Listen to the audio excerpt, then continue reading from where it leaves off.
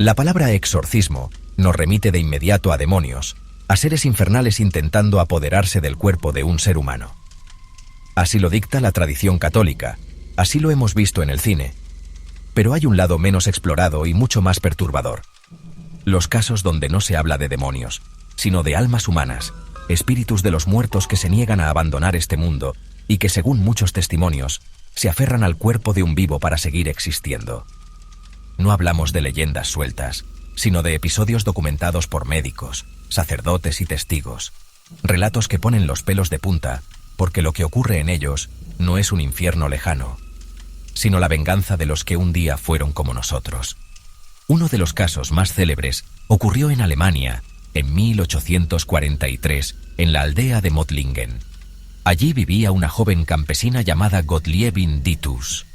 Todo comenzó con ruidos en su casa, golpes en las paredes, muebles que se movían, voces que murmuraban su nombre. Muy pronto, la actividad se centró en ella. Durante meses sufrió ataques extraños, convulsiones, parálisis repentinas y voces que hablaban a través de su boca en idiomas que nunca había aprendido. El pastor protestante Johann Blumhardt fue testigo directo. Durante las sesiones de oración, los fenómenos se intensificaban.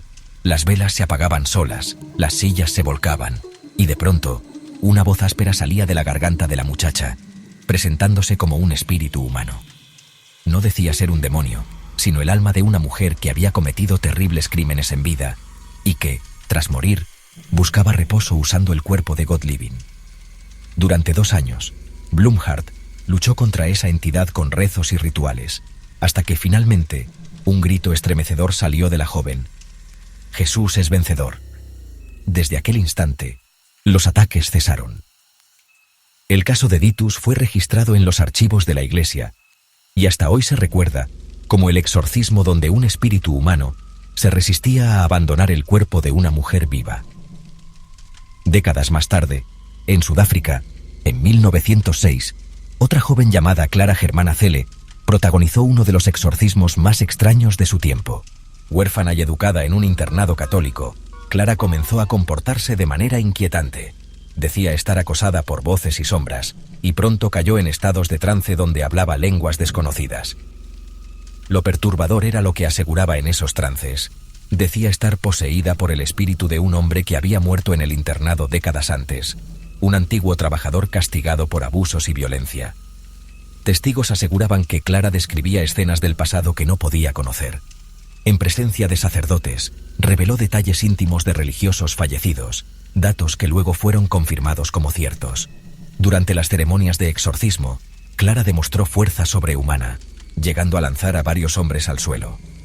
El ritual duró días enteros. Según las crónicas, el espíritu hablaba a través de ella con una voz masculina: «No me iré, esta es mi casa». Finalmente, tras oraciones y ayunos, la entidad fue expulsada. Clara se recuperó, pero jamás volvió a ser la misma.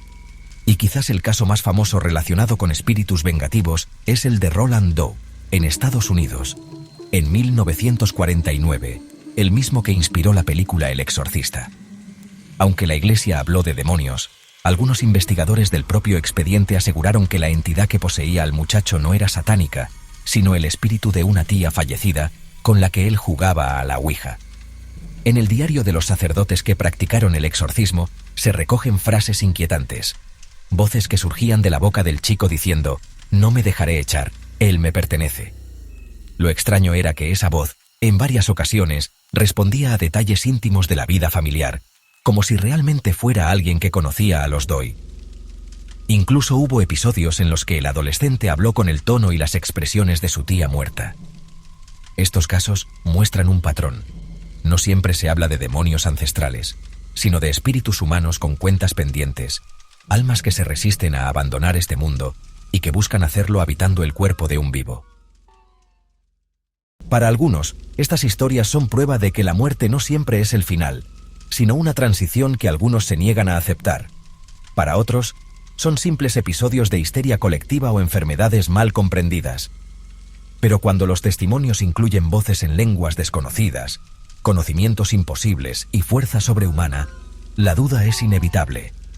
Y aquí es donde surge la pregunta inquietante: ¿Qué es más aterrador, un demonio que nunca conocimos, o el espíritu de un ser humano que un día fue como nosotros, que tuvo rostro, nombre y vida, y que, incapaz de irse, decide quedarse usando nuestro cuerpo como prisión? Lo cierto es que desde Alemania hasta Sudáfrica, desde Estados Unidos hasta América Latina, existen registros de exorcismos donde los propios sacerdotes afirmaron que no lidiaban con demonios, sino con muertos que se negaban a marcharse. Y si eso es cierto, quizá la posesión no sea siempre una invasión externa, sino la última y más terrible forma de apego humano. ¿Y tú? ¿Qué preferirías creer? ¿Que detrás de las posesiones hay demonios? ¿O que son los muertos, nuestros muertos, los que a veces deciden no irse nunca? Suscríbete al canal y activa la campanita. Esto es muy importante, porque lo que viene puede hacerte dudar incluso de quién habla cuando alguien mueve los labios frente a ti.